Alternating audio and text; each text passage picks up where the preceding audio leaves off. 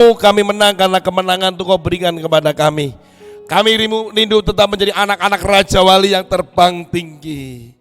Dan kami mau terbang di atas awan-awan untuk melihat cara pandang Allah dalam setiap kehidupan.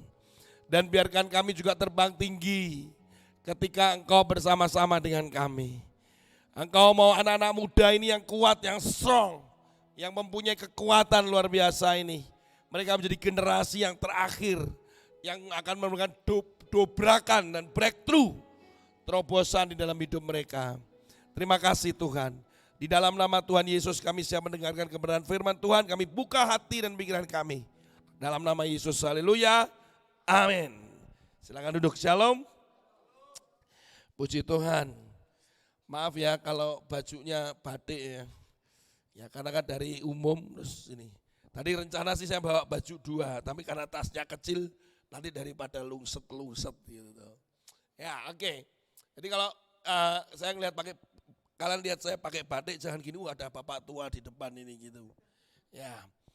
Tapi kalau boleh jujur bahwa setiap kali saya tanya, kemarin saya ke Jakarta, saya tanya ada kumpulan hamba-hamba Tuhan, saya tanya gini, siapa yang bisa nebak umur saya gitu. Ada bapak-bapak bilang gini, 44 tahun, langsung tak kasih hadiah dia. Tak kasih buku, karena saya bukan 44 Pak, terima kasih sudah dianggap muda gitu ya. Saya umurnya udah 50 tahun, ya saya sudah ABG, anak baru gocap. Anak baru gocap ya. Oke, tapi saya harap saya sudah melihat banyak anak-anak muda gitu ya. Yang khotbah dengan luar biasa, anak-anak muda yang dipakai Tuhan. Saya melihat generasi-generasi di bawah kami ini udah pada bermunculan dan saya ikut senang gitu ya. Saya ngelihat anak saya hari ini khotbah gitu, tapi bukan di sini. Rotok keren titik khotbahnya yang Cino ya.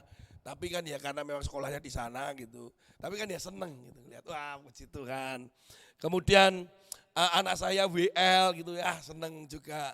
Di mana itu bagian dari anak-anak muda yang melakukan hari-hari ini. Dan seperti kalian, kalau kalian puji-pujian, loyo ngisi-ngisi nih ya. Oke, saya akan ada satu kasus sebelum saya masuk ke ini ya, Revolution Fake Love. Beberapa tahun yang lalu, kurang lebih tahun 98, setelah 2000-an lah ya, 2000-an itu. Satu kali saya ketemu, saya punya tim doa. Kami punya tim doa yang dekat sekali, 7 orang. Kami menyebutnya ring 1 waktu itu. Kami setiap Rabu kami berdoa, kami mendapatkan penglihatan, nubuatan. Bahkan kami ngalami yang namanya holy laughter. Jadi Roh Kudus turun, melawat terus tertawa gak bisa berhenti. Dulu kami waktu itu cuma gini, opo yo tenan gitu ya. Begitu kami alami gak bisa berhenti betul.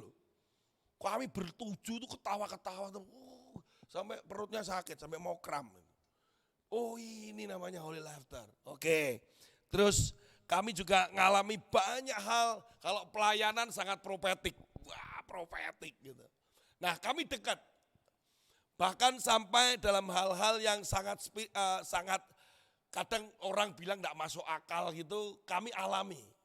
Karena kami masuk di dunia-dunia yang memang dunia supranatural, termasuk pendalaman firman Tuhan. Jadi kalau hanya dunia supranatural kan dukun, ya jadinya dukun. Jadi kami juga mendalami firman Tuhan, kami layani sama-sama. Nah salah satu dari tim kami itu mulailah yang namanya pacaran. Nah ini mulai pacaran nih. Ada yang pacaran di situ, ada kemudian kalau status saya waktu itu sudah tunangan dan mau nikah. Nah satu kali ketika saya sudah menikah, selesai, kami masih dekat, kami masih doa, kami masih pelayanan bersama-sama. Terus salah satu dari kami itu meresponi cinta dari mantan kekasihnya gitu loh. Ini belum nikah dia. Dia ngejar gadis ini cukup lama, ditolak. Anggap aja itu first time ya, first love lah gitu. Wah dia kejar, ditolak, gadis ini kemudian tunangan dengan orang lain, wah sakitlah dia. Tapi terus akhirnya dengan sakit hatinya terobati dengan pelayanan sama-sama dengan kami kumpul karena ini sahabat saya dekat. Ternyata si yang ditaksir itu singkat cerita udah tunangannya pergi ke Jepang putus. Sampai harus orang tuanya mengembalikan kalung tunangannya. Gak lama mantan tunangannya mati di Jepang, gak tahu kecantol listrik atau apa saya gak tahu, pokoknya matilah gitu ya. Pokoknya mati, karena saya tidak ada urusan dengan dia. Nah si gadis ini mendatangi sahabat saya. Kan dulu kan pernah ngejer. Datang, aku anterno pergi, dianterno. Anterno aku makan, diantarkan. Ternyata cinta itu bersemi kembali. Kami mengamati dan tahu ceritanya jadi gini, kowe diplokoto. Gitu aja, gampang aja buat saya. Setelah di sana nggak mau terus datanglah kepada orang yang pernah ngejar, itu namanya kan ya, itu namanya politik lah gitu kan. Politik percintaan. Ya pasti mau lah kan gitu. Antarno aku. Akhirnya dia kembali mengejar dengan penuh impian. Saya sebagai sahabat dan sama-sama tim bilang, salah kamu. Wah sudah, saya panggil. Sini, panggil. Duduk mereka dengan satu pendoa. Aku kan sangat profetik, enak pendoa nih. Seperti aku duduk di sini dengan kamu, itu aku pendoaku. Ya, terus gitu.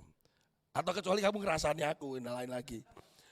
Ya, jadi istri saya ada pendoa. Saya bilang, kami mau ngobrol sama kamu penting. Jangan ngajak pacarmu ya. Diajak pacarnya. Padahal aku tuh mau ngomong kamu tuh putus sama dia, kok malah diajak. Akhirnya gini, pacarnya di sana, dia di sini. Sudah, kemudian saya ngomong gini. Aku ini, kamu dengan dia itu aku enggak damai sejahtera, aku bilang gitu. Aku enggak, rasanya kok enggak srek ya. Nah, ditambahlah pendoa saya. Pendoa saya ngomong gini. Aku bermimpi, lebih profetik ini. Aku mimpi, dia itu bukan pasangan untuk kamu. Pasanganmu adalah, dia sebut yang lain karena sama-sama pelayanan juga. Apa kata sahabat saya? Bilang gini, kami bertiga ditatap matanya. Apakah kalian bisa menjamin kebahagiaan kami? Ngono. Yo gak enek sing gelem no. Saya tidak berani no. Nanti misalkan nih, dia putus, terus dia tidak bahagia. Terus dia nikah dengan orang lain. Terus nanti datang ke saya gini, mana itu buktinya? Nah celaka no saya. Saya bilang nih, kami gak bisa menjamin kebahagiaanmu. Tetapi aku rasa, aku pikir baik-baik dengan kasus-kasusnya. Itu bukan pasanganmu. Pendoa juga berkata, aku lihat dari mimpi. Enggak, kalian tidak bisa menjamin kebahagiaanku. Singkat cerita, nikah. Nikahlah dia, pelayanan bareng guys. Hari ini cerai. Dengan sangat menderita. Dan ketika saya mengungkapkan ini kembali, dia cuma ngomong apa? Ngomong gini. Aku tahu, dulu aku salah. Lah, seandainya aku tahu bahwa itu aku ambil, gak mungkin kejadiannya seperti ini. Lah iyalah, wong kita ngomongnya udah puluhan tahun yang lalu. Terus dia bilang, tapi aku harus tetap menjalani dari kesalahanku. Usianya hampir sama dengan saya. Anaknya ikut istrinya. Dia hidup sendirian. Tidak punya rumah. Tidak punya harta yang dia untuk perjuangkan. Yang mestinya seusia saya itu sudah tinggal anak itu sekolah, kuliah, bentar lagi mereka akan bekerja, nikah. Kita sudah melihat sesuatu itu apa yang kita tabur, sudah mulai kelihatan buahnya. Dia tidak. Kasihan sekali. Ketika dia dulu menikah, ada mobil, ada rumah, ada aset, anaknya 2. Mereka seperti normal, seperti biasanya. Tapi kehidupan itu menjadi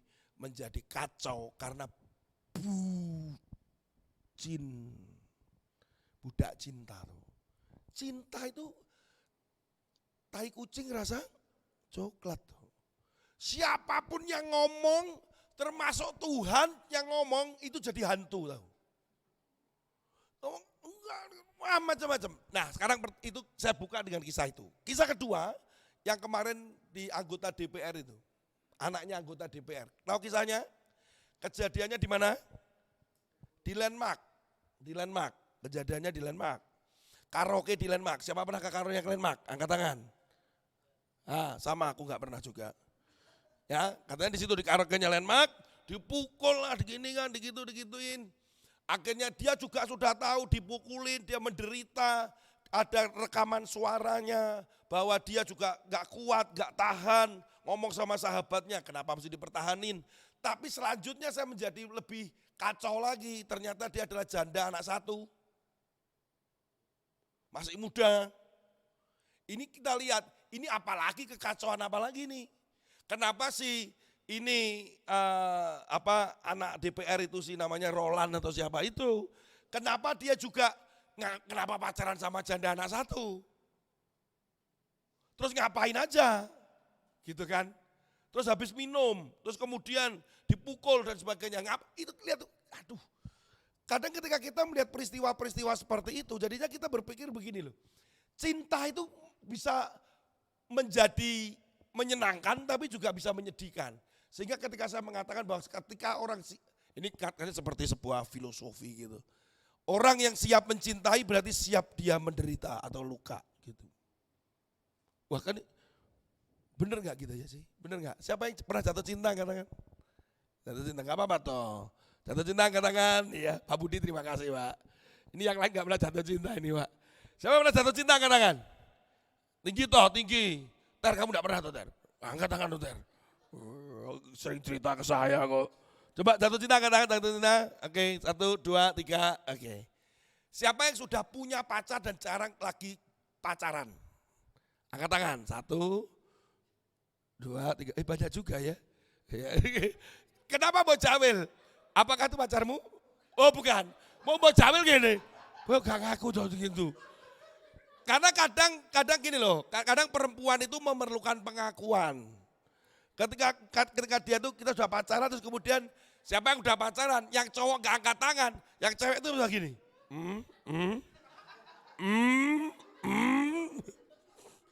Dia mungkin akan benderanya, tangannya akan setengah tiang, gitu ya.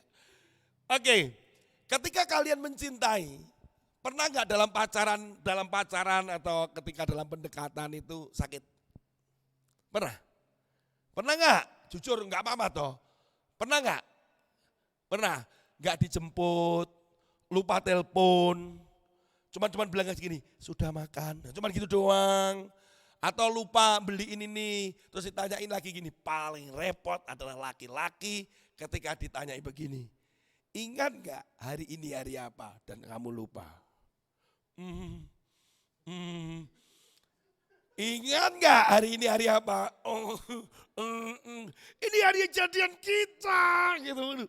Ampun, ada hal-hal yang penting. Saya sampai hari ini saya sangat hati-hati sekali. Istri saya itu kalau tanya gini, sampai istri saya pernah tanya, kapan hari di mana aku baptis? Kowe baptis takok aku takok sapa? Gitu kan. Tapi itu jadi saya ingat gitu. Karena dia memberitahu, ingat Pi itu adalah hari baptisku. Ya gitu. Tapi gak pernah dirayain sih, tapi saya ingat gitu. Saudara, ketika orang mencintai berarti dia harus siap. Dimana ketika dia harus mengalami yang namanya tidak sesuai dengan harapan. Tapi itulah cinta, unik banget gitu. Ya oke, saya akan mulai dari ini. Kenapa begitu? Saya mulai dari, ini kok kamu sih? Kidung Agung pasal 8 ayat 6 sampai 7. Taruhlah aku seperti meterai pada hatimu, seperti meterai pada lenganmu. Karena apa? Cinta itu kuat seperti maut. Kegairahan gigi seperti dunia orang mati, nyalanya adalah nyala api seperti nyala api Tuhan. Air yang banyak tidak dapat memadamkan cinta. Sungai-sungai tak dapat menghanyutkannya. Sekalipun orang memberi segala harta benda rumahnya untuk cinta, namun ia pasti akan dihina. Unik cinta. Jangan dijadikan ini menjadi arti kalau ditanya sama orang. Apa arti cinta? Langsung buka Kidung Agung pasal 8 ayat 7. Cinta itu kuat seperti maut. Filosofis banget firman Tuhan, Pak. Kidung Agung ini ditulis, itu adalah gambaran seperti cintanya Tuhan pada manusia. Katanya dikatakan bahwa di Kidung Agung ini ditulis, ini adalah ayat porno katanya. Karena di situ ada buah dada ada di sini. Ya. Wah, banyak kitab porno, ada Kidung Agung gitu. Tapi itu menggambarkan kalau kita berpikir sesuatu yang positif bahwa itu berbicara tentang bagaimana gairahnya cinta Allah gitu. Kepada manusia dan kemudian manusia itu mencoba lari dan seterusnya. Ini harus dilihat di situ konsepnya. Tetapi ketika kita melihat sebenarnya apa itu cinta dan cinta itu ternyata kuat banget. Inilah yang akhirnya menjadi bucin itu tadi. Bucin. Orang itu bisa gelap mata ketika dia cinta. Anak saya yang nomor 1 ketika jatuh cinta, kemudian karena anak saya itu sangat caring banget. Dia itu ketika cinta itu bersemi kembali dari seorang gadis yang dulu pernah dekat. Terus kemudian oleh pihak sekolah dipisahkan dan kelasnya enggak pernah bersatu lagi.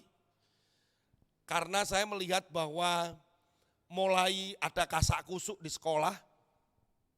Kemudian saya ngomong dengan pihak sekolah, Miss tolong anak saya itu kalau lagi berduaan, itu teman-temannya dilibatkan atau mungkin ditegur aja gitu. Karena kayaknya kok didua-duain terus ditemuin gitu. Oh ya, nah sejak hari itu anak saya tidak pernah sekelas dengan gadis ini. Mamahnya ternyata marah. Kenapa sih kok dipisahkan dari ini? Nah, saya cuma dengar aja, oh iya, padahal yang minta saya. Ya tadi diem aja saya. Jangan bilang kokomu kamu. Nah, terus kemudian yang terjadi juga pada saat mission trip, nah ternyata cinta bersemi lagi. Nah saat itulah kita udah ngeliat, loh kok duduk di kereta kok berdua, kok di foto kok dia berdua. Waktu pulang saya bilang hati-hati loh. Jadian, kelas 3 SMA, aku nembak di UKS. Loh, ngomong gini, ternyata setelah nembak tuh ya enggak apa-apa. Loh lah iya, mau pikir apa harus nembak terus keok apa gimana? Loh kamu kok jadian? Jangan, kamu belum siap sakit nak. Enggak apa-apa, kasihan juga Bi, dia kan sakit asma. Katanya sakit asma stadium akut dan umurnya tinggal 3 bulan. Wes meletan lah. Saya dengan istri saya tuh gini, nak kowe diplokotro. Enggak, betul mami, betul papi. Saya sampai diberikan fotonya dia di UGD. Saya diberi salinan laboratorium. Dia benar-benar sakit mami, papi sakit, buta betul. Nah itu cara supaya dicintai itu bab nomor berapa, rumus nomor berapa gitu. Kamu dipokokro nak. Enggak papi, mamanya juga cerita. Sejak dia jadian dan dekat dengan aku, dia tidak pernah lagi di UGD. Naik UKS nungguin. Waduh, buta. Ini cinta sejati apa palsu sebenarnya? Ketika akhirnya singkat cerita putus lah gitu. 3 bulan lah putus. Kan saya berdoa sepakat dengan istri saya. Sepakat pegang tangan di kamar. Putus. Hati-hati dengan orang tuamu. Orang tuamu kalau sudah di kamar, diem aja, pegangan tangan 2 begini, ngangkat tangan. Hati-hati dengerin kok doanya dia. Karena sepakat minta apa saja dia akan dikabulkan Tuhan. Saya udah gini, anak saya gini, kamu doa jengking, ya gulung-gulung, aku sepakat dengan istriku. Putus, 3 bulan, pedek. Putus, dia peluk saya, dia nangis. Papi, putus. Saya dibalik pelukannya. Yes. Tuhan mengabulkan doa. Istriku lewat, ada apa?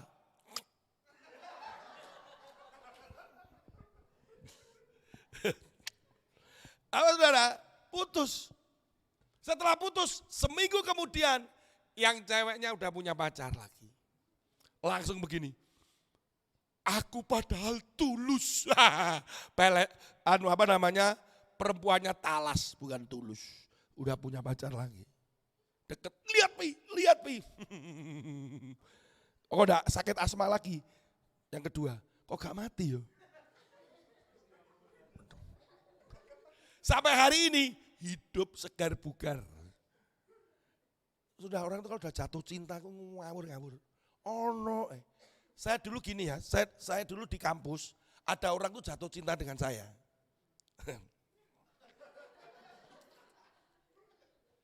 Padahal saya udah pacaran dengan istri saya. Karena mahasiswa-mahasiswa baru tuh pada melihat diriku gitu. Nah, biasa kan di kampus, wah ospek itu kakak-kakak gaya kan. Ayo deh, di sana deh, di mana kakak? Ayo tanda tangan, wah ini kayaknya cantik nih. Duduk di sini dulu. Ngapain? Duduk tunggu dulu. Ayo yang lain begini. Nomor telepon WA berapa? Saudara, ada satu anak jatuh cinta dengan saya.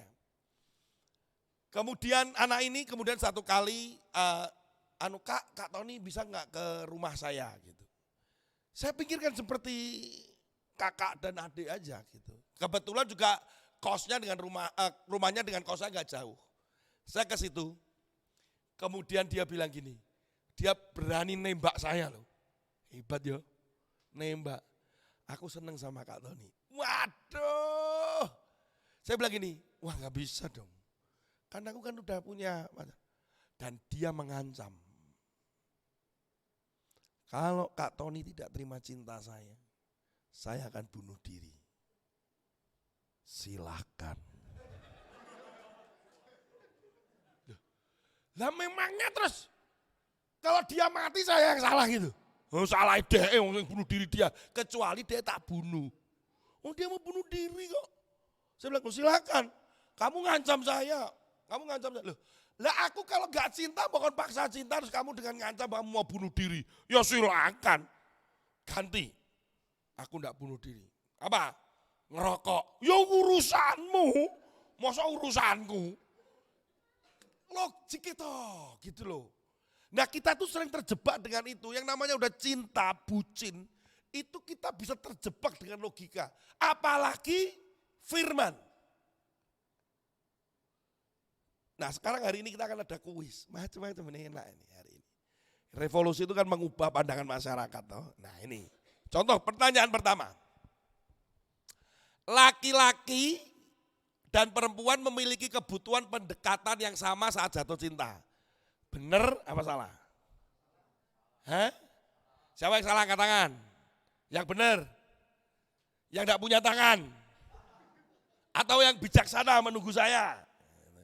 Ya, laki-laki dan perempuan memiliki kebutuhan dan pendekatan yang sama dengan saat dia jatuh cinta. Saya akan melihatkan ini dulu. Bahwa ternyata beda. Beda loh. Kalau kita lihat ini, secara pertama, pendekatan pertama sama, secara sosial ya. Perkenalan, biasa, dekat, intim, sampai situ. Jadi kalau pertama kali deket, halo, gimana kabarnya, ya namamu siapa, kuliah di mana, kemudian oke sama. Tetapi Untuk laki-laki tahap berikutnya itu sudah fisik.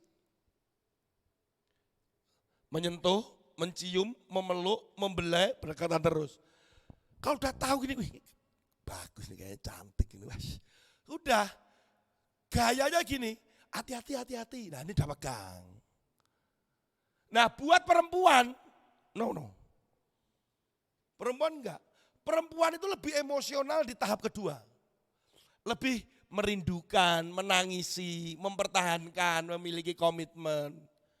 Kamu tadi tak tunggu di depan kampus, di depan kelas kok enggak datang-datang. Nah gitu. Kamu kok hari ini enggak telepon. Nah itu. Kalau yang cowok gini, ngapain telepon ya datang aja langsung. Ayo kita pergi makan pecel. Gitu kan. Langsung digandeng. Langsung gini, opo kamu. Ya langsung tuangannya tuh gratil. Sesudah itu baru yang laki emosional. Karena dia masuk pacaran kan. Masuk emosional, mulai merindukan, menangisi, mempertahankan. Kemudian menyentuh, mencium, memeluk. Nah itu baru perempuan. Nah dari sini saja kelihatan bahwa beda gitu. Dari pacaran aja udah beda. Yang saya mau tanya nih, yang pacaran betul gitu enggak? Betul gitu enggak? Betul? Iya. Yang pacaran tadi mana? Katakan lagi. Betul enggak? Betul. Sampai gini waduh. Betul enggak? Perempuan itu ketika pacaran itu sangat emosional. Gitu ya. Jadi sangat-sangat emosional tuh hal-hal yang kaitan dengan perasaannya gitu ya. Terus kemudian yang lain adalah dikatakan ini lihat nih. Ini yang intens sama yang enggak. Ini kalau apa namanya? Apa itu? Pointernya mana? Oh yang merah. Oh enggak berfungsi. Oh enggak bisa di layar. Oh di mana? Oh iya. Makasih ya. Loh saya lebih baik begitu kan tanya. Kan saya enggak bucin. Tanya masuk akal loh ya gitu. Nah ketika dia masuk ke tahap yang langsung ketemu cepet. Lihat ketemunya lama gitu ya. Sehari ketemu 8 jam. Pasti dalam waktu cepat pasti udah sentuhan, sudah kemana-mana tuh. Ya, jadi itu kebutuhannya berbeda gitu. Ini ada seminarnya sendiri sih sebetulnya. Cuman saya ngomong-ngomong bahwa ternyata itu salah. Oke, pertanyaan kedua saya. Jadi ini tanggapan-tanggapan di masyarakat gitu loh. Happily ever after bisa terjadi antara pasangan yang saling mencintai. Selamanya akan bahagia. Kita akan selalu seperti di sebuah taman yang indah. Kalau zaman dulu lagunya saya nggak tahu Pak Budi apakah zaman itu kayak saya rasa kok yang enggak. Di bukit indah berbunga. Kau mengajakku ke sana. Kayak gitu-gitu ya. Kayak gitu. Nah, apakah akan bahagia terus gitu. Nah, tapi kita akan lihat sebuah fakta ini. Pasangan yang saling mencintai dengan cinta yang murni harus mengusahakan. Bukan secara otomatis tiba-tiba kalau kamu dengan cinta terus kemudian kamu akan bahagia. Dulu saya marah dengan mami saya gara-gara gini. Dulu ya, waktu aku pacaran. Aku tuh kalau pacaran dulu itu dimarahi mami saya gara-gara belum ada handphone kan telepon. Telepon itu telinga saya sampai merah. Karena kan lama gini. Nanti kalau udah merah kembali pindah sini. Mamiku ngamuk. Tan, omai pacarmu ini bure omai lah. Tutupan teleponnya merono ya. Kenapa telepon-teleponan? Padahal telepon-teleponan aja. Sekarang ini lebih gila lagi. Fit call, visi. Kemana-mana ya, belajar diletakkan depan gini lagi belajar. Kui ledan maneh. Lah apa sih? Maaf, kalau itu terjadi padamu maaf ya. Ini perlu didoakan dan pertobatan hari ini. Jadi gini, terus makan gitu. Maaf ya, aku tuh ngeliat orang pacaran itu pakai fit call di depan pinggir saya agak situ di tempat makan, Pak. Iya, itu enak ya. Aku tuh gini loh, logika titik mau sih. Itu ya cinta. Kalau aku gini, aku tak makan sih ya. Daripada makan ini begini, makan apa itu? Nasi. Lauknya apa? Lauknya ayam goreng. Tunjukin dong, ini. Gitu. Kayak gini Shopee lah. Ya ini berapa di diskon ini gitu.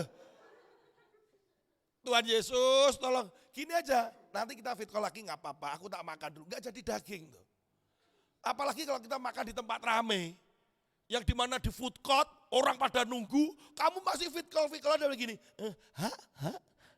Hakmu gimana? Ya ampun. Kamu itu perhatiin ya, nanti kamu kalau nikah, kalau kamu kayak begitu, kamu diketawain sama anak-anakmu tau gak? Saya sama istri saya begitu, telepon gini ya. Ya aku tak makan dulu ya, aku lapar. Iya kamu makan lah sayang. Loh, iya dong. Kamu makan lah Beb, nanti setelah makan kita telepon lagi. Ngono, orang terus gini. Beb, aku makan loh Beb. Iki setelah kerja ya, ngon makan Beb. Nah gitu. Makanya waktu itu mami saya tuh bilang gini, makan tuh cinta. Pacaran, mau kasih makan apa? Cinta. Jujur ya, saya tuh, iya dong cinta. Dulu. Sekarang gak cukup. Cobaan aja. Kamu pacaran, kamu dengan cinta, uangnya kamu masih minta mama sama papamu kok. Gitu, saudara, gak bisa. Jadi waktu itu cinta, gak cukup cinta, makanya diusahakan. Kebahagiaan itu diusahakan. Yang namanya pacaran, kemudian pernikahan, itu sebuah perjuangan yang kamu harus perjuangkan. Gak cukup dengan hanya cinta yang mengandung sebuah perasaan, gak bisa. Karena cinta yang baik itu selalu dari 3 komponen ini. Ini cinta sejati nih. Ada komitmen, ada intimacy, ada passion. Ini satu kali kita bisa membicarakan ini. Tetapi tipe cinta yang ideal bandingkan lainnya, ada komitmennya. Pengen tahu komitmen? Tanya tuh sama gini, kapan kita akan nikah? Kalau dia sampai nggak bisa jawab, waduh nggak tahu ya, mengalir ya. Doakan tumpangi tangan, berikan ke Bapak Gembala untuk doa pelepasan. Duh, kamu harus ada planning dong. Kapan? Aku nanti pacaran umur sekian, ini sekian. Anak saya habis putus nomor 1 tuh, kan dia sakit hati kan. Langsung begini, di depan saya. Papi, aku tidak akan pacaran 10 tahun lagi. Sabar nak, sabar. Kamu terlalu emosional ngungkapin. Tapi bener Pi, 10 tahun, sabar. Nanti kamu 5 tahun jatuh cinta dengan orang dan mau pacaran begini. Tak elekno loh kamu. 10 tahun loh Jo. Itu kamu enggak lah Pi, 10 tahun lah gitu. Sabar. Maksudnya menurut saya bahwa kadang kita itu perlu komitmen. Kapan pacaran, kapan begini. Terus kemudian juga ada intimasi, ada kedekatan. Ada orang punya komitmen, aku punya komitmen. Ada enggak? Oh ada. Ada orang punya komitmen, tidak intim, tidak punya passion. Apa? Itu kawin, nikah, atau kamu dijodohkan sama makmu. Iya. Kamu nak, karena ini komitmen antara mama dengan om yang itu tetangga sebelah. Waktu itu mama sama papa lagi tidak punya duit, ditolong sama om. Ya toh? Terus omnya gini, terus mama sama papa bilang, apa yang harus kubalaskan padamu, seperti lagu. Dengan apakah kubalas om, gitu kan? Nah, terus omnya bilang, anakmu dijodohkan dengan anakku. Siap. Jadi kamu tidak usah punya pacar, aku percuma, karena nanti kamu toh tak jodohkan dengan tetangga sebelah. Nah, ada komitmen. Jangan pernah cerai nak ya. Ini kalau cerai urusannya papamu mesti bayar utang 10 miliar ke om sebelah. Awas ya, punya komitmen, tapi gak deket, gak ada cinta. Yang gimana? Ada, yono. Yang kedua, ada orang nikah, terus kemudian dia sudah gak ada cinta, gak ada kedekatan, komitmen hanya demi apa? Mempertahankan nama baik. Tapi tidurnya sudah berpisah, sudah gak ngomong tapi satu rumah, Tapi kalau datang ke pernikahan sepertinya berdua. Suaminya ya, istrinya.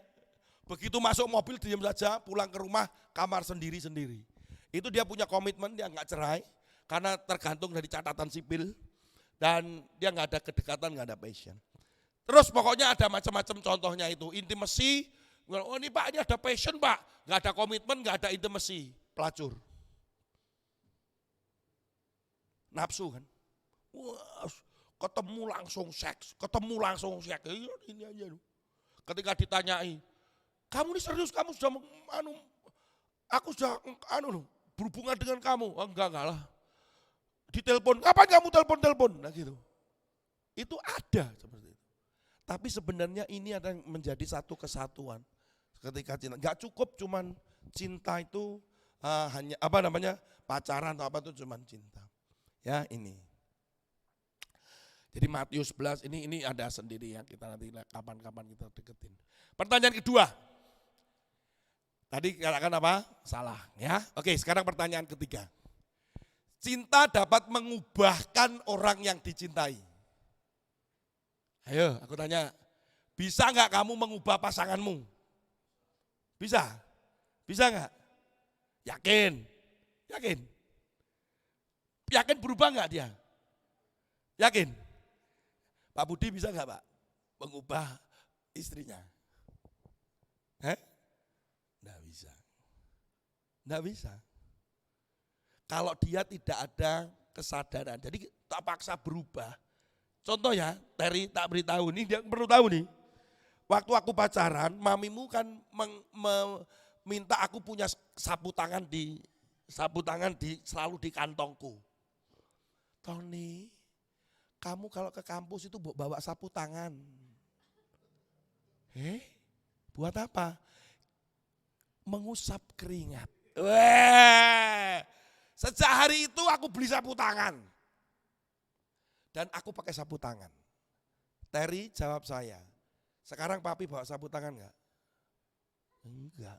Kenapa? Nyapo sapu tangan nggak tisu. Saya enggak sapu tangan. Mamimu marah dengan papi? Enggak. Apakah mamimu sekarang ngomong ke papi bilang gini, mana sapu tangannya? Enggak ada. Kan mamimu kayak gini, mana dompetnya? Kan gitu. Sapu tangan udah gak peduli lagi. Oke, tapi kita lihat gini. Cinta tidak bisa mengubah pasangan atau orang lain, tetapi orang yang sedang merasakan atau mengalami cinta dapat berubah. Dengan sendirinya dia, tapi kita gak bisa memaksakan. Makanya muncul orang posesif. Kamu harus begini ya, kamu harus begitu ya. Telepon ya, jangan lupa WA ya. Nanti begini ya. Tolong ya jam sekian kamu lapor, kayak laporan ke satpam loh. Aku sudah pulang yang oke. Aku sudah masuk kamar yang sudah cuci kaki, cuci tangan dan minum obat. Bentar lagi 5 menit lagi kalau engkau tidak dengar suaraku berarti aku ngorok, aku udah tidur yang bangun pagi cet. Yang aku bangun yang kayak laporan opo. Mungkin saja bisa berubah namun hanya kebiasaan permukaan saja. Bukan ada karakter yang memang benar-benar berubah. Hanya Roh Kudus dan dirimu sendiri yang bisa berubah. Bukan karena orang lain. Gitu loh. Kalau saya berubah itu karena kesadaran dan Roh Kudus mengubahkan. Gitu. Oh ya tahu sih. Saya dulu pertama kerja, dapat gaji gede. Belum pacaran. Menurut saya itu paling gede sudah. Wah bingung, duitnya buat apa tuh lo bingung. Siapa ya? Bulan ini gaji gede, buat apa saya? Beli sofa. Neng kos-kosan tuku sofa. Sofa sih digledek gitu loh. Itu import dari Amerika. Wes mantap. Mbak nonton TV. Bulan kedua, kayak apa mana ya? Beli tape deck. Masukkan di kamar. Bulan ketiga, mulai pacarku mikir, isu-isu duitnya entek. Ayo kita nyicil yuk. Nyicil apa? Nyicil rumah. Lu mateng kan? Nyicil rumah. Supaya duitnya gak entek. Nah, di situ saya berubah karena sebuah kesadaran. Saya pikir, oh iya ya. buat apa uang sebanyak ini, terus kemudian kalau saya buat untuk foya-foya. Akhirnya mulailah saya menyicil rumah. Saya belum nikah saya udah nyicil rumah loh. Gajinya gimana Pak? Entek. Lewat tok. Cengkling, didut, cengkling, didut, lewat. Ya Tuhan. Sempat nabung buat DP. Habis wis tabunganku entek wis. Aku cuma gini, kalau memang rumah ini yang nyicil aku, tolong makan kamu yang ngurusin aku ya gitu. Kalau pacaran kita punya kesepakatan, siapa yang ngajak itu yang bayarin. Dan tentunya saya enggak pernah ngajak. Itu. Saya diem aja. Ayo Tan kita makan. Enggak wes, ayo wes aku yang traktir. Siap. Itu hanya trik saja. Habis itu gini, bagaimana kita? Juga sama, silakan. Nah, nomor 3, tentunya nggak bisa. Ya, sorry. Ini data tentang pacaran ya, orang pacaran, apakah dia bisa berubah? Ternyata sangat bahaya sekali. Saya baru dapat 1 dari 3 perempuan di dunia ini mengalami kekerasan pada saat pacaran. Usia mulai pacaran itu usia 10 sampai 17 tahun. Itu dilakukan oleh 81% perempuan dan 84% laki-laki. Data ini tahun 2017. Tahun 2023 kemarin ada laporan, dari 8.000 sekian laporan kekerasan pada perempuan, ada 3.528 kasus di mana pelaku itu adalah pacar atau temannya. Jadi waktu pacaran mengalami kekerasan baik verbal non verbal. 163 kasus oleh mantan pacar. Jadi kesimpulannya, ternyata dalam pacaran aja gak banyak orang yang bisa berubah. Aku gak akan mukul lagi aku gak akan mukul lagi. Mukul lagi gak? Mukul lagi. Yang aku gak akan mengatakan itu lagi. Aku gak akan mengatakan kamu seperti kelinci yang benar. Ternyata waktu nutup pintu, oh dasar kelinci lah balik. Gak berubah juga gitu. Bayangin ya, banyak yang terjadi seperti itu apalagi kekerasan ya. Pemukulan itu. Jadi apakah bisa mengubah yang dicintai? Salah. Oke. Nomor 4. Apakah cinta pada pandangan pertama adalah ciri-ciri cinta sejati? Oke. Kamu pada pandangan keberapa jatuh cinta? Ya enggak. Kalau Kristen lu harus 7. Sempurna. Teng. 7 kali 7, 7 kesuwen. Ya. Apakah cinta pada pandangan pertama adalah pandangan pertama? Tentunya ya jelas salah. Kadang kita juga berpikir di mana kamu ketemu. Betul ya? Kamu pacaran ketemu di mana? Kamu ketemu di mana? Di gereja. Wah, rohani sekali. Kamu punya pacar? Ketemu di mana? Wih, mantap rohani. Kamu punya pacar? Nah, ketemu di mana? Di tempat magang ya. Wah ini. Tempat magangmu di mana? Kuburan atau di mana gitu? Hah? Oh di hotel. Waduh. Sama-sama magang gitu. Oh adik kelas. Pinter adik kelas sama kakak kelas. Dek ini cara gini-gini ya. Iya kak. Jangan lupa nanti tanda tangan sama gurunya lewat saya gitu ya. Oke. Ada lagi yang misalkan ketemu di tempat mana gitu. Yang tempatnya agak unik di luar gereja ada. Ada enggak? Kak, pacaran ketemu di mana? Pada pandangan pertamamu jadian di mana?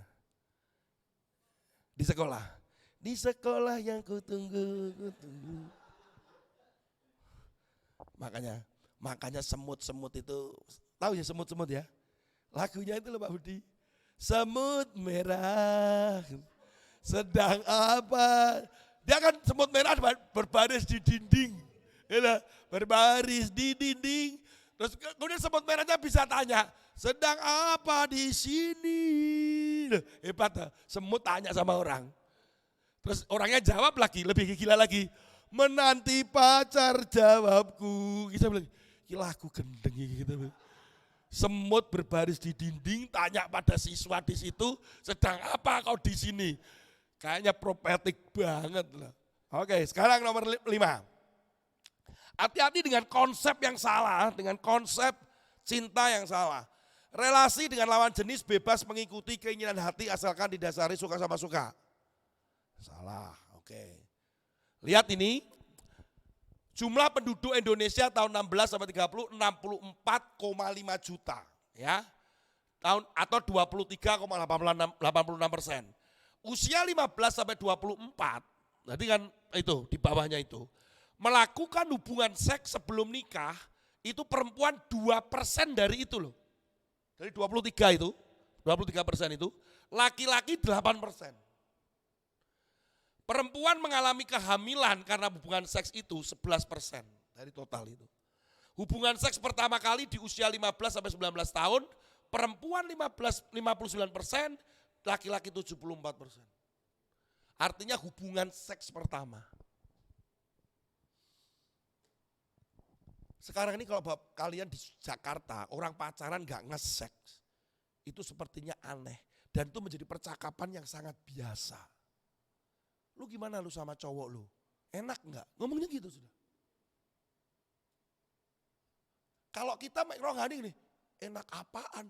Ah lu, anjay. Anjay. Aduh, rohani banget lu. Aduh, dicoba dong. Aduh ya ampun. Kalau kita ngomong love, sex, and dating ya untuk anak-anak remaja itu ya, bahaya loh. Perempuan itu hati-hati dengan touch. Sementara laki-laki itu seneng nge-touch. Contoh lagi nangis nih ya, dosenku tuh loh aku ngumpulkan begini. Nah ini, lihat nih, yang cowok gini, sudah gak apa-apa yang. Nah mulai sudah yang gak apa-apa, mulai kesini nih. Sini, gak apa-apa yang. Mulai pegang ini loh. Tahu apa ini? Bagian belakang leher. Gak apa-apa yang cowok karena sudah belajar. Yang belakang telinga. Sudah yang nggak apa-apa, dosenmu nggak apa-apa kok yang perempuan mulai gereng, mulai ada kilatan.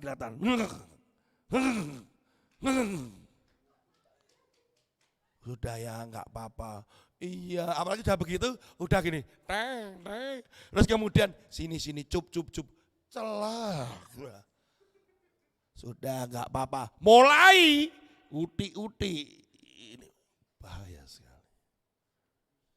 Ya, Terry belum mendapatkan materi ini kan.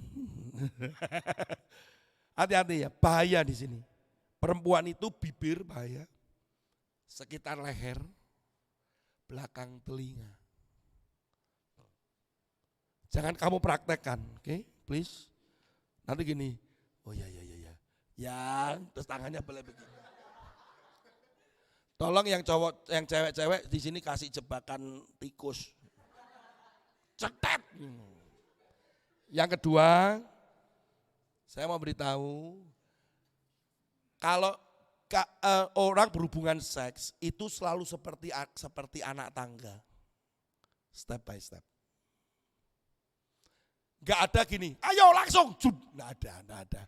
Itu bukan manusia. Pasti, lo iya serius, pasti tahap-tahapnya gini, seperti anak tangga dia. Nah tugasnya adalah sebelum sampai puncak harus turun. Seperti saklar. Salah satu harus sadar. Stop! Itu kalau laki langsung jeblok. Dari tangga itu langsung turun. Grobiak gitu. Grobiak jatuh udah. Sebenarnya key-nya itu ada di perempuan. Enggak, stop. Kita sudah melalui batas. Nah, itu langsung malu. Oh iya gak enak. Apa sih gak enak? Gak enak. Setelah itu masih gondok. Apa aku? Gak apa-apa.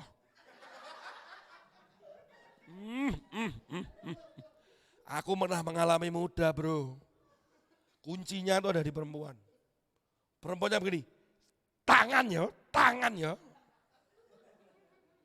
Iya, tangan ya. Sudah. Kalau dia tersinggung dan kemudian begini, maafkan aku. Nah gitu. Tapi kalau dia gini tersinggung, kayak sok suci ya. Hari itu putusan langsung. Hari ini langsung putus. Gitu.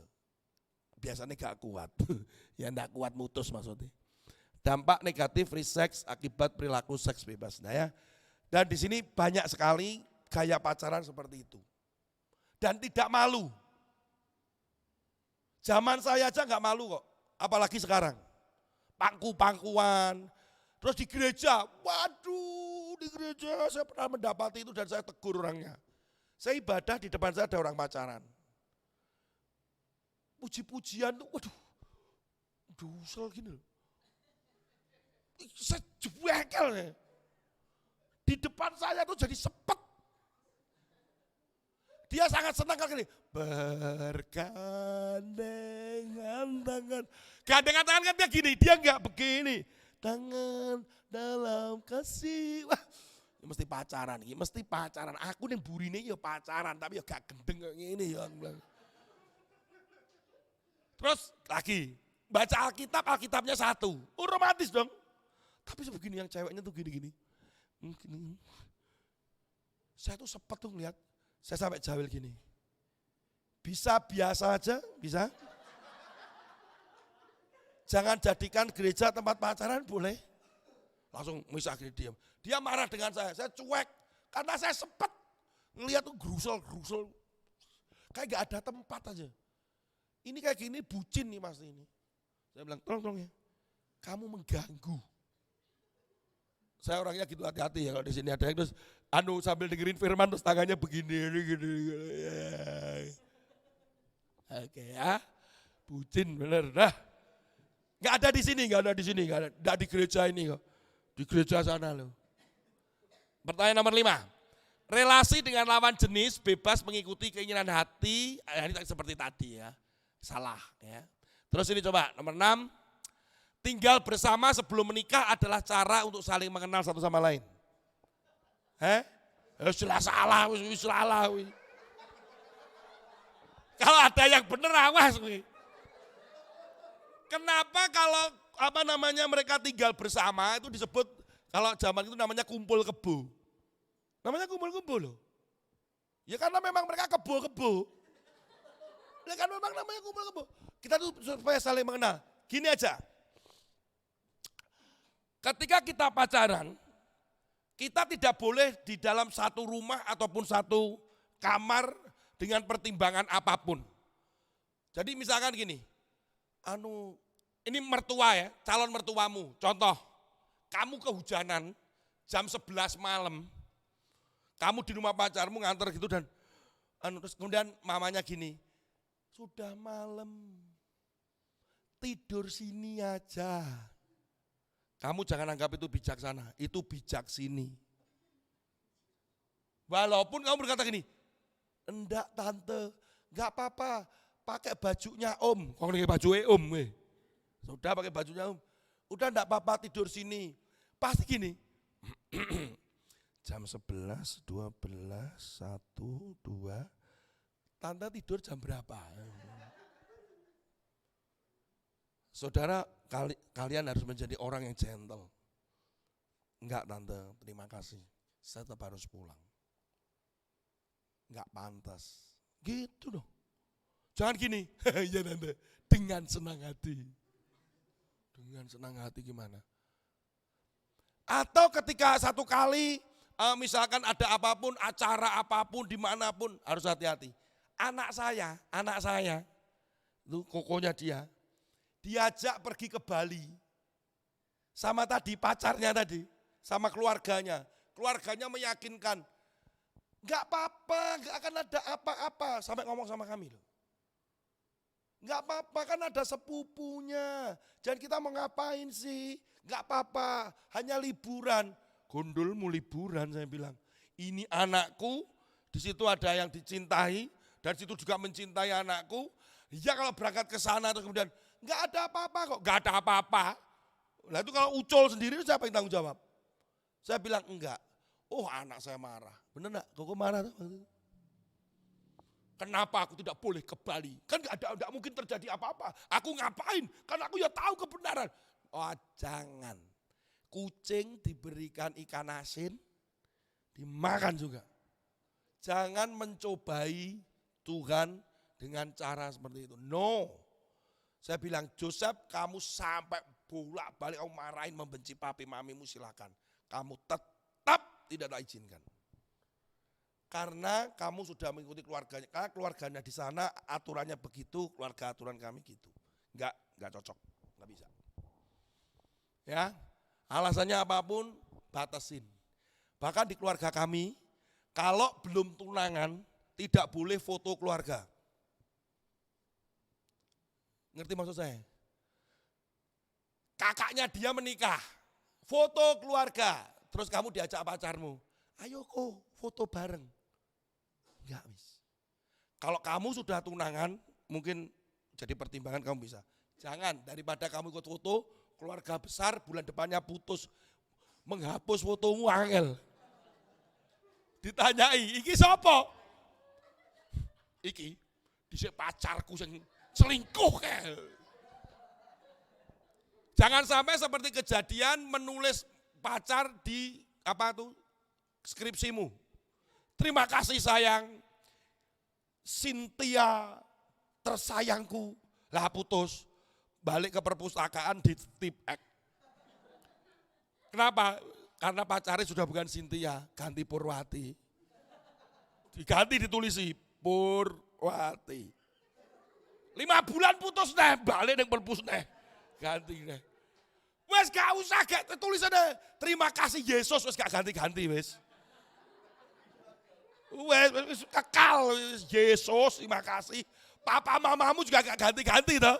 Terima kasih Papa, terima kasih Mama, terima kasih Yesus. Gak usah mau ganti. Terima kasih Budiono, Alex Tanu. Ngono. Dimana? Wes ganti. Support TV kami. Nggak usah gantiin. Ya, hati-hati saudara.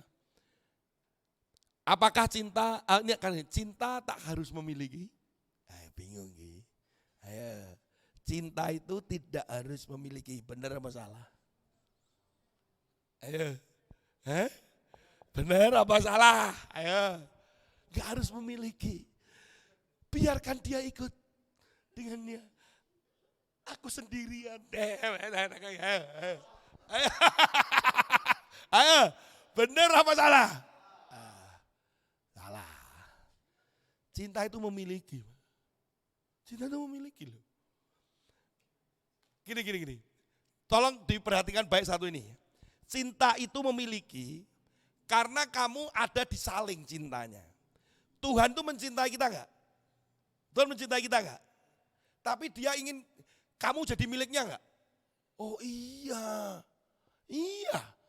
Waktu orang Israel keluar dari Mesir, Tuhan itu mengatakan itu adalah aku menguduskan, itu memisahkan. Kemudian untuk apa dipisahkan atau dikuduskan? Supaya kamu menyembah aku. Menyembah aku. Yang kedua, supaya kamu jadi milikku. Jadi umatku, milikku. Sepertinya begitu, egois banget sih gitu. Loh, ya harus memiliki memang. Coba saya ngomong tanya gini, kalau engkau mencintai pacarmu, kemudian pacarmu keluyuran aja gitu, nggak apa-apa ini demi dia kebaikan.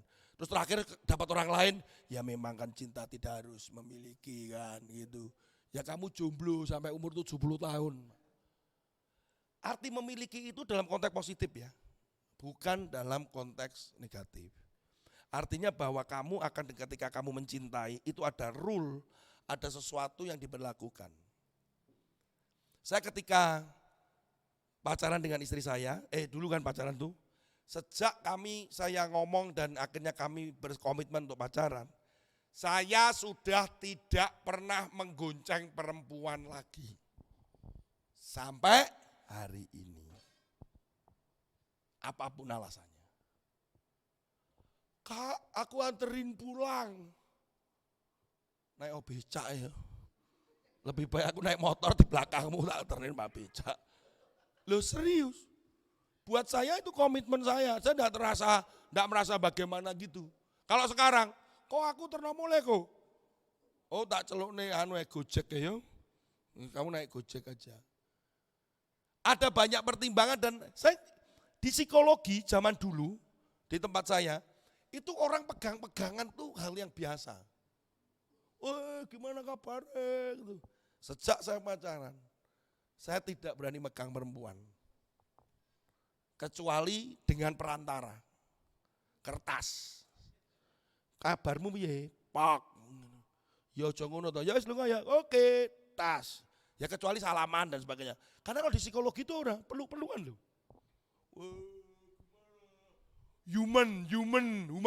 Humanis. Kita kan sama ngono. Jadi kalau di psikologi zaman saya kuliah, iki pacare apa duduk gak jelas. Iki pacaran loh. Ora sapa sing pacaran. Tapi pangku-pangkuan, rangkulan gitu. Itu yang terjadi di kampus waktu itu. Sehingga saya ngambil komitmen di sana gitu ya. Oke, 8. Allah memilih bagi kita masing-masing satu orang yang khusus untuk kita nikahi. Benar apa salah? Benar apa salah? Hanya memilihkan satu. Benar apa salah? Benar apa salah? Iya benar satu. Masa Tuhan kayak kontestan? Terus gini, wis milih sing ndi ngono.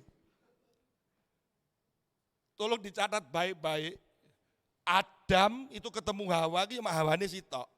Gak ono Hawa, Hiwi, Huwu, Hewe, Huwu. Gak ono. Terus kemudian Adam gini, Dam, kowe milih ya Hawa, Hiwi, Huwu apa Hewe? Gak ono. Ya wis sama. Kita itu kadang berpikir begini loh. Ya kan aku pernah pacaran. Kalau ini gak cocok kan yang satu, mungkin Tuhan tuh memberikan alternatif. Alternatif. Tuhan itu kan bukan Tuhan yang ketika gini, aku salah, tak ganti iki yo, ngawur ae. Enggak no, satu loh. Satu. Kepada siapa dia bisa mengganti, tapi tetap satu. Enggak ada yang lain. Lah Pak kalau kita salah, urusanmu. Serius. Salah milih. Karena kamu tidak berdoa, bergumul tentang pasanganmu, tapi kamu cuma minta izin. Beda loh minta izin sama bergumul. Seringkali kita gini, pacaran toh, udah jatuh cinta dulu, jadian, terus baru gini, Tuhan, aku sudah jadian.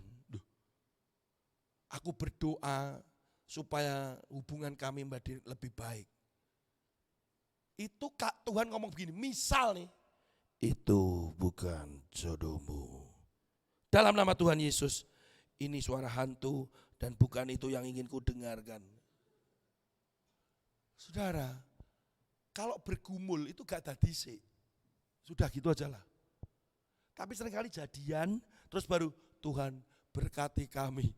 Tuhan gini, sopo sing milih? Bukan. Tuhan, terima kasih buat kesempatan kami berdua bisa bersama-sama dan berkenalan.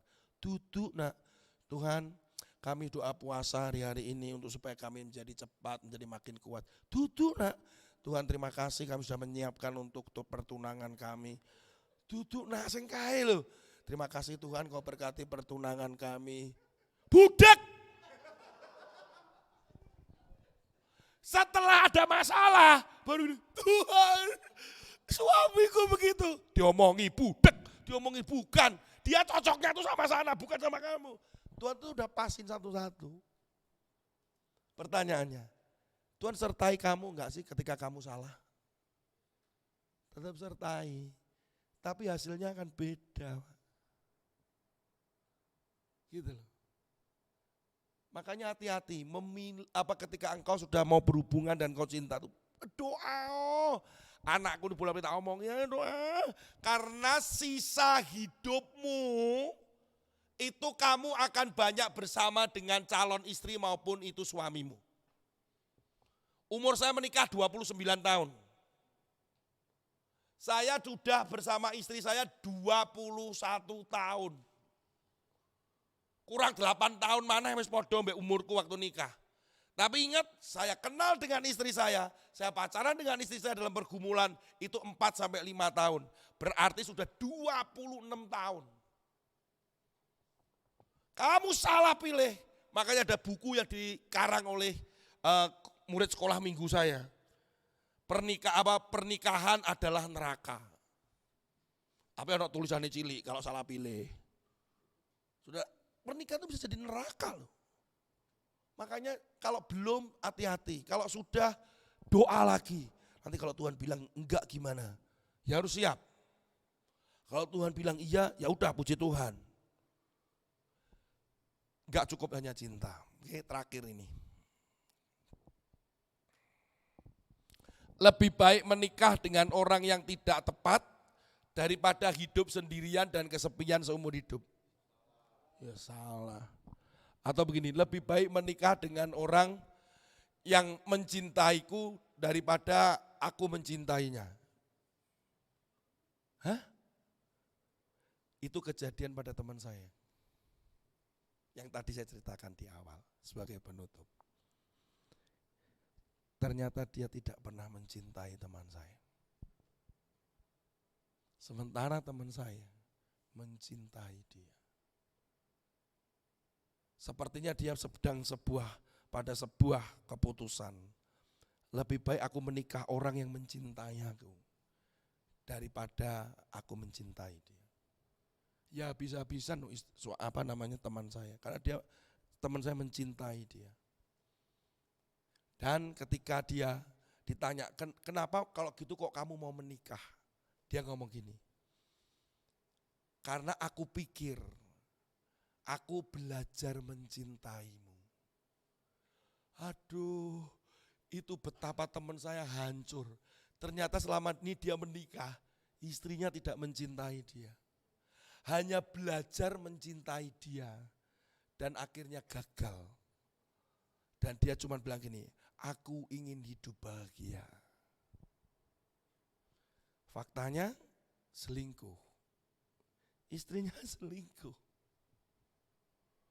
Selingkuh sudah membuat surat pernyataan. Di depan gembala, di depan pendetanya. Buat pernyataan. Mengakui perselingkuhan itu. Teman saya membuka kedua tangannya, memaafkan dan menerima. Faktanya dia belajar lagi mencintai lagi. Teman saya tetap mencintai dia. Berakhir istrinya menuntut perceraian. Saya bilang sama teman saya, jangan pernah sekalipun kamu menceraikan. Tidak.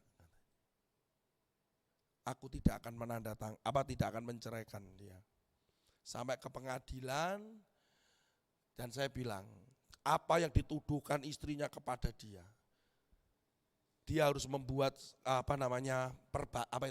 penjelasan, namanya pledo atau apa. Dia harus membuat membela diri. Singkat cerita, saya ngomong, kamu harus buat. Dia bilang, aku tidak bisa. Kamu harus buat. Enggak bisa. Dan saya diingatkan anak saya yang paling besar. Papi, bagi dia sulit menulis keburukan istrinya. Karena dia mencintai istrinya. Karena dalam pembelaan itu dia harus ngomong bahwa istriku tuh begini, begitu pernah selingkuh, begini, begitu. Itu harus ditulis itu. Dia berminggu-minggu dia gak nulis. Saya tanya, kenapa kamu gak nulis? Papi enak ngomong. Tapi dia akan sulit karena dia masih mencintai istrinya. Akhirnya keputusan pengadilan turun 2 bulan yang lalu dan harus pisah. Walaupun saya ngomong gini, kamu mesti mengambil hak asuh anakmu. Tidak bisa. Karena anak di bawah umur 14 tahun dalam perceraian itu akan ikut ibunya. Saya bilang kalau anakmu ikut kamu jadi semangat untuk hidup. Karena kamu memikirkan anakmu. Jadi dia sekarang hidup tuh dirinya sendiri, bayangkan. Ketika engkau salah memilih, ketika engkau salah dalam mencintai, ketika punya konsep cinta yang salah, maka itu akan membuat masa depanmu dan apa yang akan terjadi dalam seumur hidupmu, itu akan menjadi neraka dalam hidupmu. Makanya jangan bucin, berdoa, konsultasi dengan ketua, dengan Pak Budi, dengan semuanya. Tanya sama Tuhan, Tuhan aku ini bener enggak ini cinta, yuk doa yuk. Gitu. Di gereja ini saya pasti yakin gak se-ekstrim gereja sebelah. Saudara tahu gereja sebelah? Bukan sebelahmu sini. Di dalam komunitasnya itu terjadi pada sepupu saya. Dalam komunitasnya si A jatuh cinta sama B. B juga jatuh cinta sama A. Si A wajib ngomong sama mentor laki-laki, B harus wajib ngomong dengan mentor perempuan. Mentor laki-laki, mentor perempuan berdoa dan ngomong, A cinta B loh, oh ya B juga cinta A. Kalau mentor ini mengatakan tidak, A dan B tidak boleh pacaran. Sampai kapanpun. Ketika sepupu saya gini, terus? Ya aku enggak boleh. Lah, kan kamu saling mencintai. Aku enggak boleh. Pertanyaanku final, mamamu setuju enggak? Karena mamanya anak Tuhan juga, adiknya mama saya kan. Mama senang, setuju, ikuti mamamu aja, jangan ikuti mentormu. Karena ini siapa tahu, mentormu sudah punya pacar, belum. Yang satu belum punya pacar, lah jangan-jangan mentormu jatuh cinta sama si B. Atau mentor yang A jatuh cinta sama, nggak bisa, nggak boleh gitu. Kan harus didoain, saya tahu apa gitu. Jadi tergantung di mentornya ini. Di prinsip ini sudah terlalu kaku sebenarnya, terlalu kaku. Karena kembali lagi kepada sebenarnya otoritas tertinggi siapa? Siapa? Orang tuamu. Orang tuamu. Apalagi orang tuamu udah dalam Tuhan. Mah, ini gimana Koko yang kenal datang kemarin ke sini. Mama ada damai sejahtera. Ya wis. Tinggal kamu ngomong sama mentor. Please saya di mentor karena keluarga kami udah setuju. Kalau ada apa-apa tolong saya ditegur. Ya siap. Kalau mama gini, kok gitu ya? Tapi kok gini ya? Mama hanya melihat muka dan wajah. Ojo ngeyel sih. Ya. Saya sekarang jadi orang tua jadi mengerti. Ketika mama saya cerewet dan papa mertua saya cerewet, saya ngerti. Pasti mereka mau memberikan yang terbaik untuk kalian. Ya, kan dia manusia nggak tahu, tapi orang tua sudah memberikan otoritas kepada mereka. Jangan seperti pembina rohani saya, ketika saya datang ke bertanya masalah saya, karena saya sama orang tuanya mertua saya kan nggak boleh pacaran. Saya dilarang, saya nggak pacaran, saya berdoa 4 tahun. Berdoa 4 tahun saya. Dan ketemu dengan di udara itu setiap jam 7 pagi dan setiap jam 10 malam. Selalu doa bersama-sama karena saya nggak bisa ke rumahnya. Doa puasa setiap Kamis. Kami doa 4 tahun. Hanya untuk berdoa. Satu kali saya datang ke pendeta, saya tanya, Pak, gimana sih kita ini kayak begini? Enggak apa-apa Ton. Karena kamu nanti menikah kan sudah gede kan? Iya Pak. Kamu bisa kawin lari. Serius? Maksudnya gimana Pak? Gak apa-apa. Orang tua gak setuju tuh gak apa-apa. Kan kamu udah gede, kamu udah dewasa, kamu udah kerja juga. Kawin lari gak apa-apa. Aku pernah memberkati pasangan yang seperti itu Ton. Maksudnya kejar-kejaran. Aku memberkati itu di mobil pengantin Ton. Dikejar sama mertuanya. Kayak film Pak. Terus gimana? Pak? Setelah itu memang dia akhirnya kan pergi tuh Ton. Pokoknya berhasil berkati sudah menikah. Dia akhirnya diputus hubungan sama orang tuanya. Terus punya anak 1. Pulih Ton, puji Tuhan. Waktu itu saya karena, oh begitu boleh ya. Jadi kemudian saya lihat pacar saya yaitu istri saya itu, boleh kawin lari itu boleh. Jadi nanti kalau sampai suatu kali mama memang enggak boleh kita kawin lari aja ya. Istri saya bilang gini, enggak. Sampai mama, papa setuju. Kamu mau nunggu aku enggak Ton? Siap. Sampai kapan tapi? Karena mamanya ngomong sama istri saya gini, Jenny, kalau kamu tetap berhubungan dengan Tony, langkai mayat mama dulu. Lah berarti lah nunggu mama meninggal lah. Lah aku kan harus berubah Pak. Saya tuh baru tahu ya ketika setelah diizinkan tuh, sebenarnya mama tuh ngomong gitu.